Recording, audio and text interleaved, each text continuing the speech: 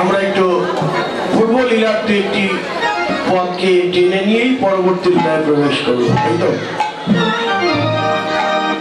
বালগোপাল রবি কৃষ্ণ উঠে চলছেন, কেমন করে যাচ্ছিলেন? যায় পদ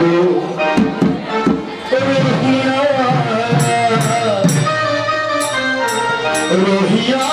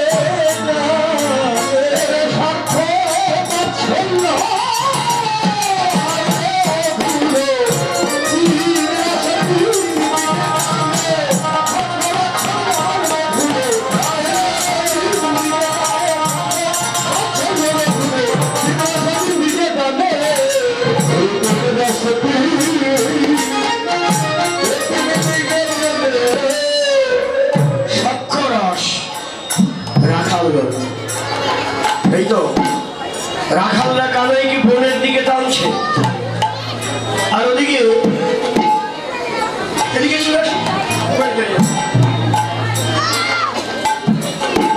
আবার বাৎসল্য প্রেম হচ্ছে। মা যশোদা গোপালকে ঘরের দিকে টানছে, আর মধুর রসের পাত্রী হচ্ছেন শ্রীমতী রাধা, নয়নে নয়নে টানছে।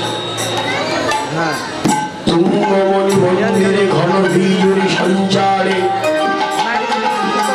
মেঘ রুচি বাসনে পরিধানা শ্রীমতী রাধা রানী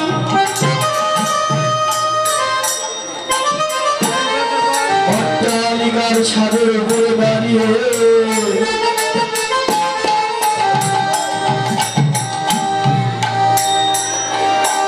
দেখছেন এই যে নীলমণিরা আমাদের জন্য একটা ঘড়ি দেয়াল ঘড়ি খুব প্রয়োজন আছে যদিও অফিসে বিভিন্ন জায়গায় কিন্তু আমরা কিন্তু দেখতে পাচ্ছি না আমাদেরকে সময় মেনটেন করতে হয় দেখতে পাইনি বলে হয়তো আমার গৌর লীলাটা অনেক বেড়ে গেল ওই টাইমটা থাকলেই আমি ওই যথাসময়ে সময়ের মধ্যেই আমি করতে পারি এই জন্য হয়তো কিন্তু আমার 4টার মধ্যে লীলা বেশি হয়ে গেল যাই হোক আমরা একটু তাহলে সূত্রপদে লীলাটা স্মরণ করে নিই বিস্তার করতে হয়তো বেশি পারবো না সূত্রপদে লীলা স্মরণ একটা দেয়াল ঘড়ি থাকলে আর আমাদের সমস্যা হয় না আমরা আচ্ছা সূত্রপদে লীলা স্মরণ করি কি বলেন সূত্রপদে লীলা স্মরণ প্রতিটি লীলার সূত্রপদ আছে সে সূত্রপদটা কি প্রধান সময় রাই সূর্যের মন্দিরে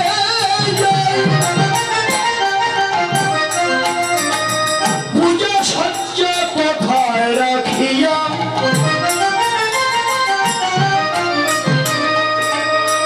সখী সঙ্গে সখীগণ মিলি সঙ্গে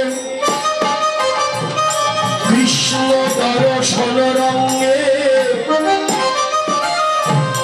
রাধা কুণ্ড তীরে আসিয়া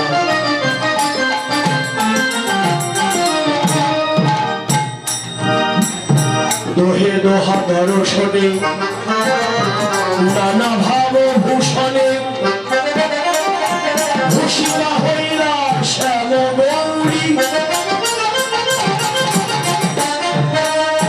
সকল দুঃখে কুণ্ডলতা চক্র বিভাগের কথা পুষ্পদানে বাসি গেল চুরি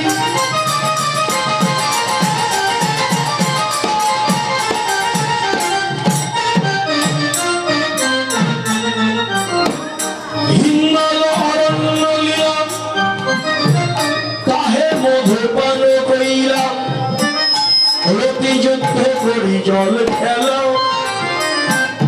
শয়ন ভোজন খেলি প্রাসাদ ক্রীড়া শোক সারি পাঠ শুনি শয্যা হয়ে গেল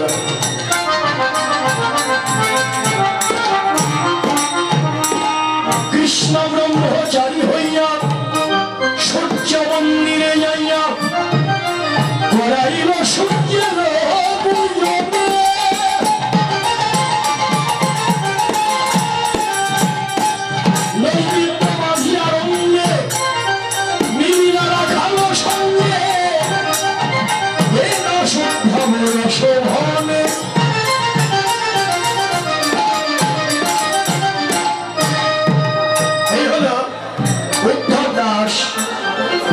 কবি উদ্ধব দাস কি করলেন তিনি একটা পদের মধ্যে সমস্ত মধ্যাহ্নকালীন লীলার ঘটনাগুলো গেথে গেথে ভজন করবার ভাগ্য করে দিলেন সূত্র পদেই লীলা স্মরণ হয় এটা হলো ভজনের কথা আমরা সেই সূত্র পদে গোটা লীলা স্মরণ করে নিলাম এবার আমরা লীলার বিস্তার করব গুরু কৃপা নিয়ে এখন লীলা বিস্তারে গিয়ে যদি কোনো কিছু পাপ করেও যায় তাতেও তেমন অপরাধ আমাদের হবে না জয় রাধে চলুন তাহলে রাধারানী কি বলছে আক্ষেপ করে ওই আমি যদি ব্রজে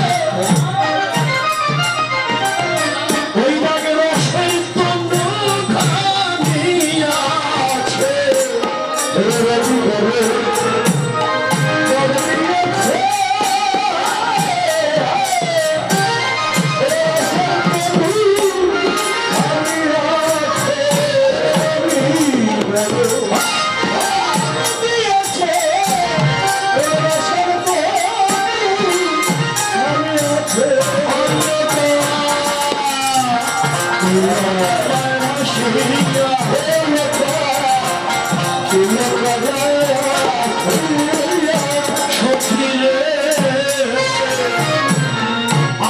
যদি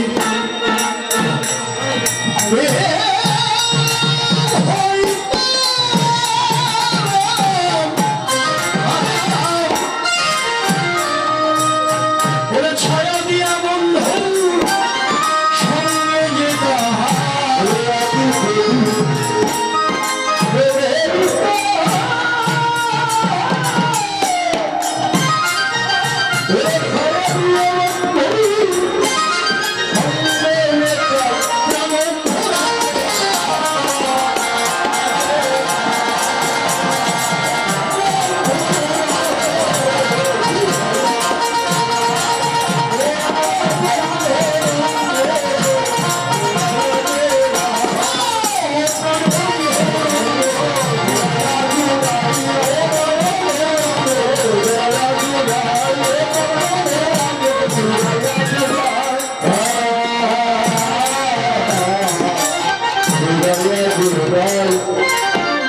আক্ষেপ করলেন। ওদিকে গোবিন্দ বন্ধু তার চলে গেল। দেখতে না পেয়ে রাধারানী তখন তুলসীকে ডাকলেন, রাধিকা রূপসী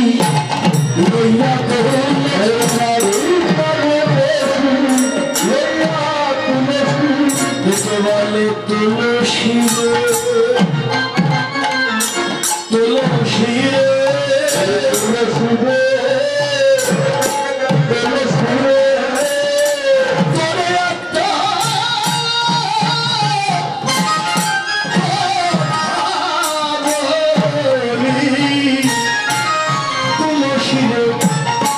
আমার কাছে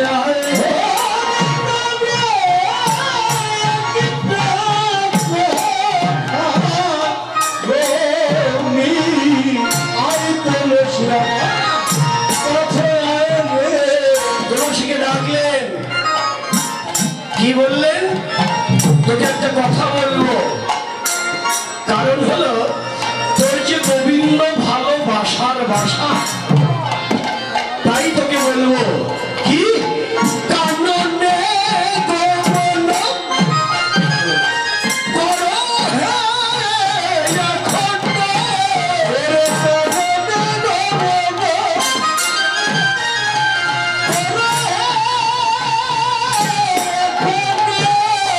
একবার চার তুলসী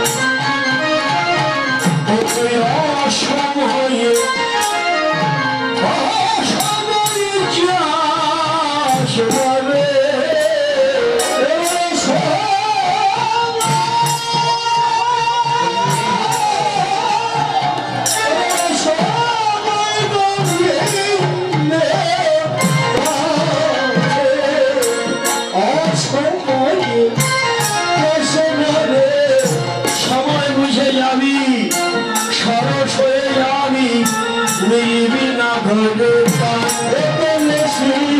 মিলবি না ঘরে আর চতুরে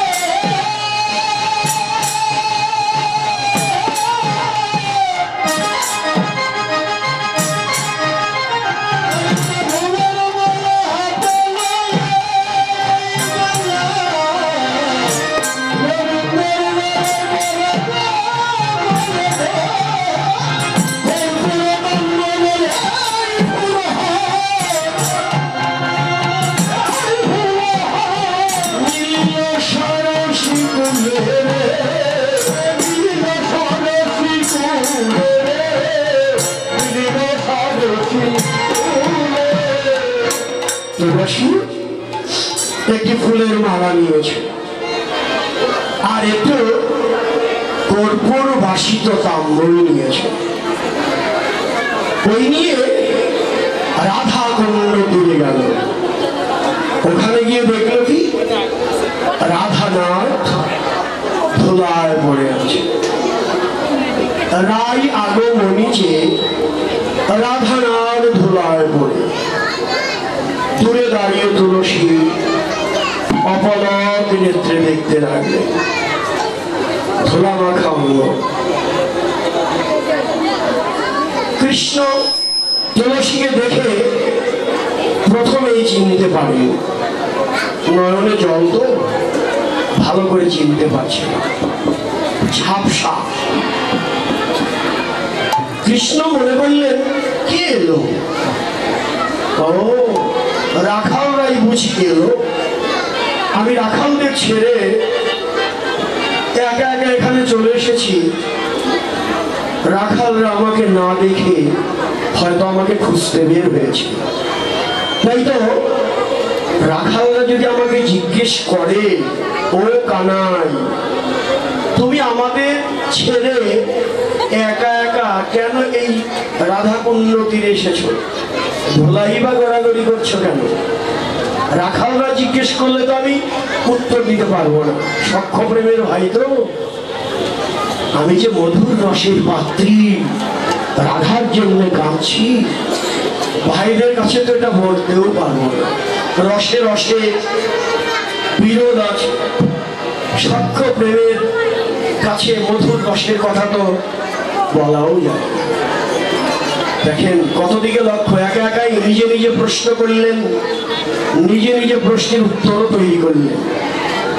ধুলায় গড়াগড়ি করছিল তো তাড়াতাড়ি করে ধুলার থেকে উঠেই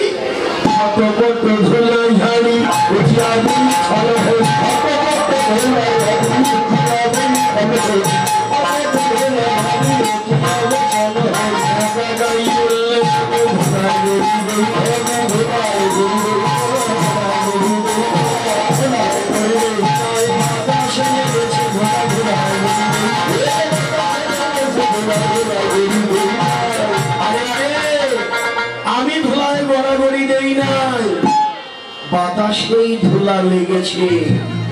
বাতাসেই কি ধুলা লাগে? লাগেই তো। কেন লাগে? এ বাতাসে একটা দোষ আছে। এ বাতাসেই ধুলা লাগে বটে, তার কিন্তু এই বাতাসটা যে ভালো না। এ প্রয়োজন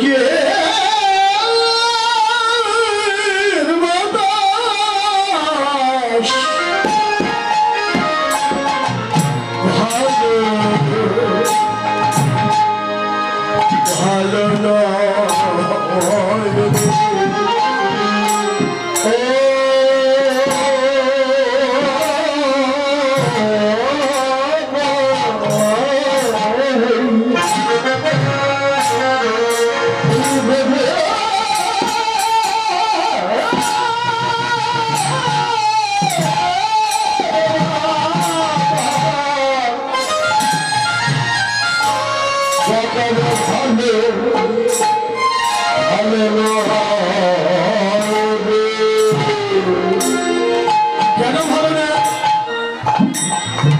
বাতাস ভালো না, এটা আবার কেমন কথা? হ্যাঁ ভালো না কেন? বাতাসের দোষ আছে। কি দোষ? এ বাতাস চারটা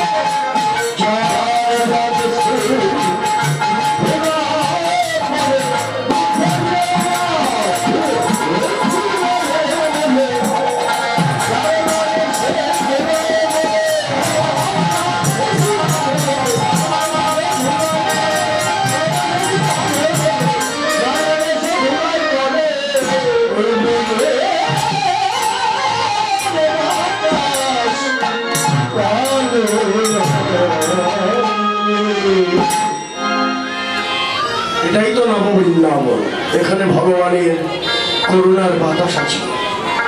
এ বাতাস যার তার গায়ে লাগে না গো, তবে হ্যাঁ আপনাদের গায়ে লাগবে।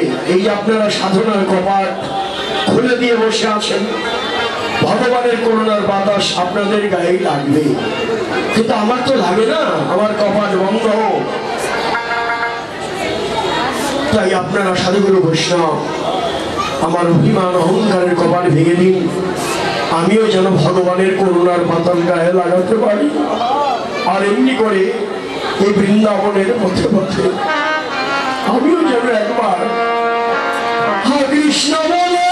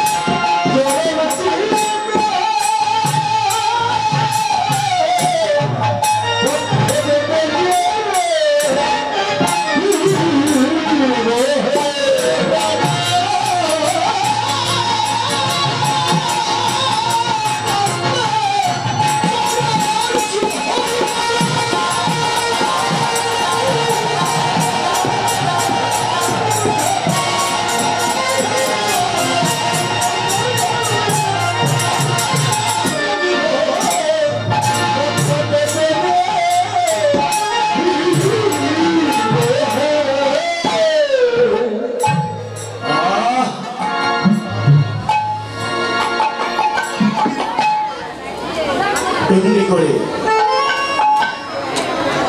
রাধা কুণ্ডকে কৃষ্ণ ধুলায় গড়াগড়ি করছে,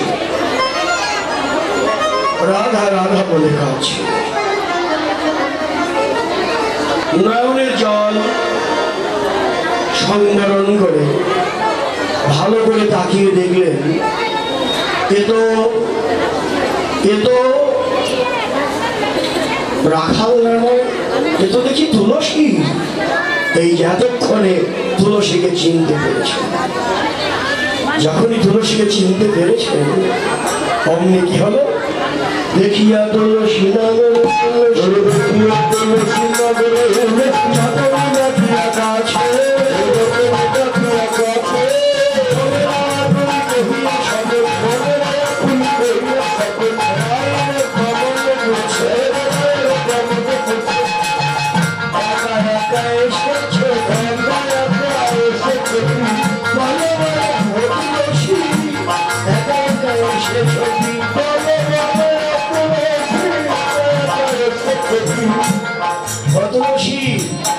তুমি কি একাই এসেছো নাকি সঙ্গে আর কেউ এলো?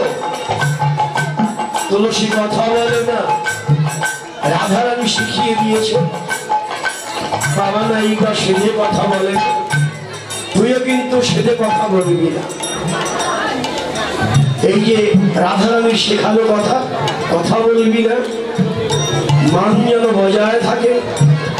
তুলসী কথা বলে না, যখনই তুলসী কথা বলে না, আবার কৃষ্ণ বলতে লাগলেন, এ ধনী চতুরি না করো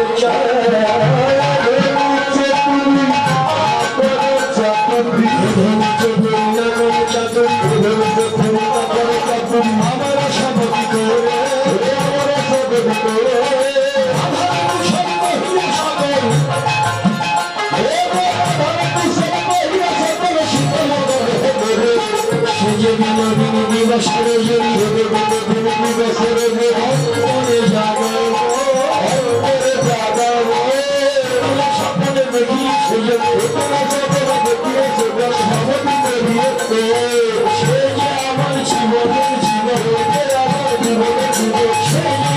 জীবন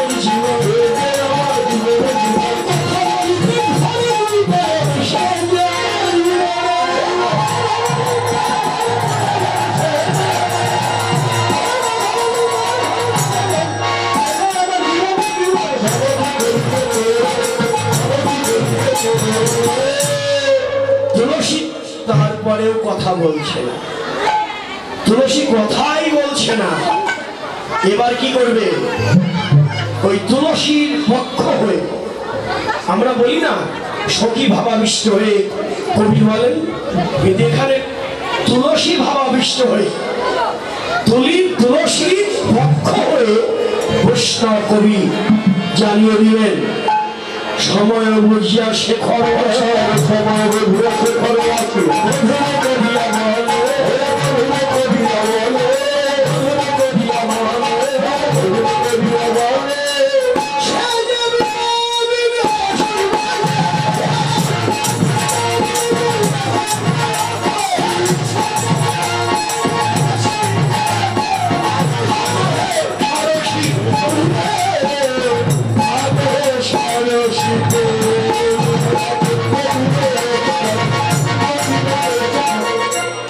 সেজে বিনোদিনী আসিবে এখনই, থাকো হে সরসী কুমি। কি বললেন? রাধা কুণ্ড তীরে বসে থাকো,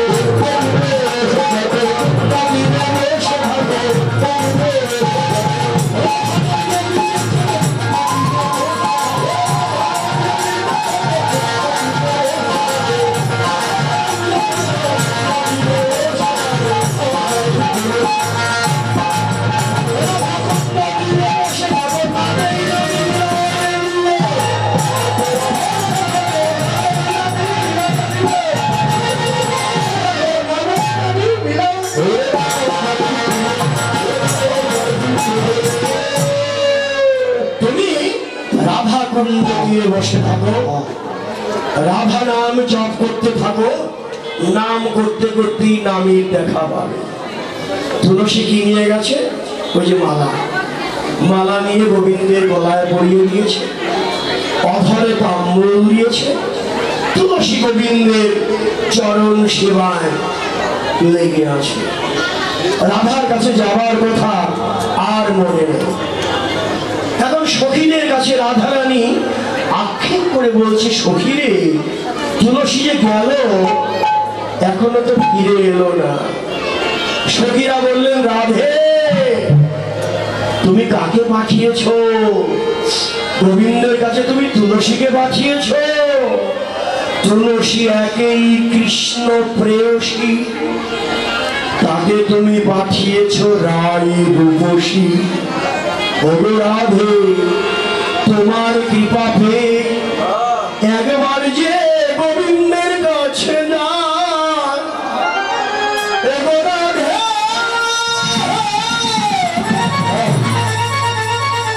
তোমার তুলসী ফিরে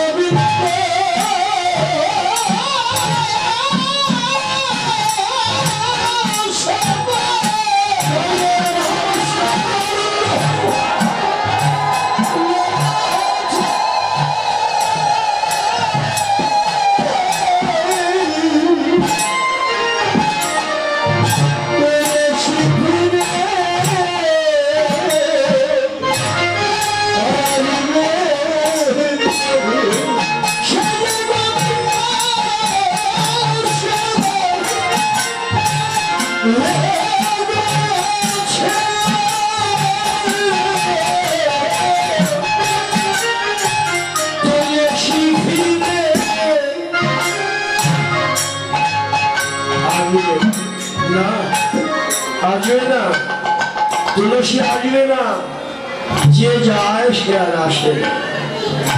একবার যে গোবিন্দের চরণে পৌঁছে যায়, আসা যাওয়ার যন্ত্রণা আর তার থাকে না।